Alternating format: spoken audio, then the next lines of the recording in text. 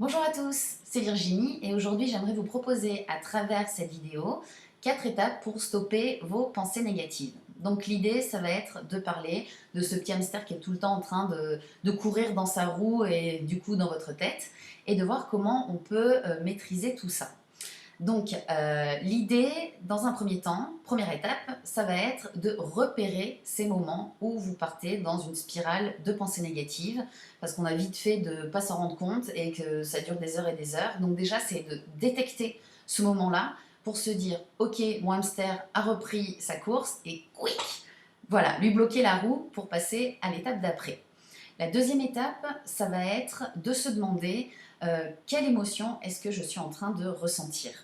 Donc, on est bien d'accord, je me sens mal ou je sais pas ce que j'ai, voilà, toutes ces phrases qui manquent pas mal de précision. Donc, ce ne sont pas des émotions. Nous, on va plutôt essayer de détecter si c'est de la peur, de la colère, de la tristesse, de la frustration, de l'ennui, ou voilà, il y a tout plein d'émotions que vous pouvez retrouver sur Internet. Mais l'idée, c'est vraiment d'être le plus précis possible. Et pour être honnête, c'est l'étape la plus difficile parce que ça nous vient aussi de notre éducation, de notre enfance.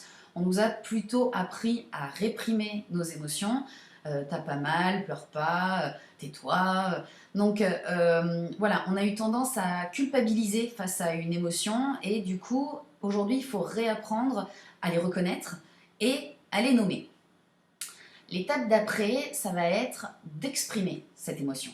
Donc, il va falloir la faire sortir. Donc, on est bien d'accord, l'idée, c'est pas de tout casser à la maison, mais il y a plein de choses que vous pourriez faire. Vous pouvez faire du sport, vous pouvez danser, vous pouvez sauter, vous pouvez crier, vous pouvez pleurer. Si vous avez besoin de pleurer, ça ne sert à rien de culpabiliser et se dire non, ça va passer, ça va passer. Non, pleurez une bonne fois pour toutes. Mais voilà, exprimez, trouvez votre manière d'exprimer vos émotions. Une fois que cette émotion a été exprimée, on va se demander quel est le message que renferme mon émotion.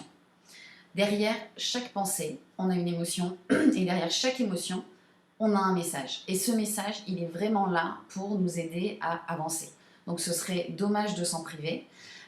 Si je prends un exemple précis, vous venez de vous disputer avec un parent, avec votre conjoint, voilà, vous venez de vous disputer et vous ressentez de la tristesse.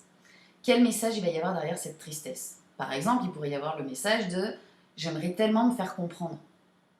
Ou il pourrait y avoir le message de est-ce que c'est vraiment ça que je veux de ma vie? Ce sont deux messages complètement différents et vous imaginez bien que les actions à mettre en place derrière pour améliorer votre situation ne vont pas être les mêmes.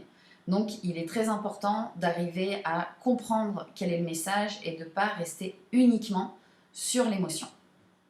Donc voilà, si je répète les 4 étapes, donc on a détecté le moment où le hamster se met en marche, stopper la roue. Deuxième étape, nommer l'émotion. Arriver à mettre un mot sur cette émotion. Troisième étape, exprimer l'émotion. Et on casse pas tout. Et quatrième étape, c'est de se demander quel est le message que renferme mon émotion et essayer de mettre en place même une toute petite action pour vous permettre de vous sentir mieux. Donc voilà, j'espère que cette vidéo vous aura été nécessaire et je vous retrouve très bientôt. Au revoir!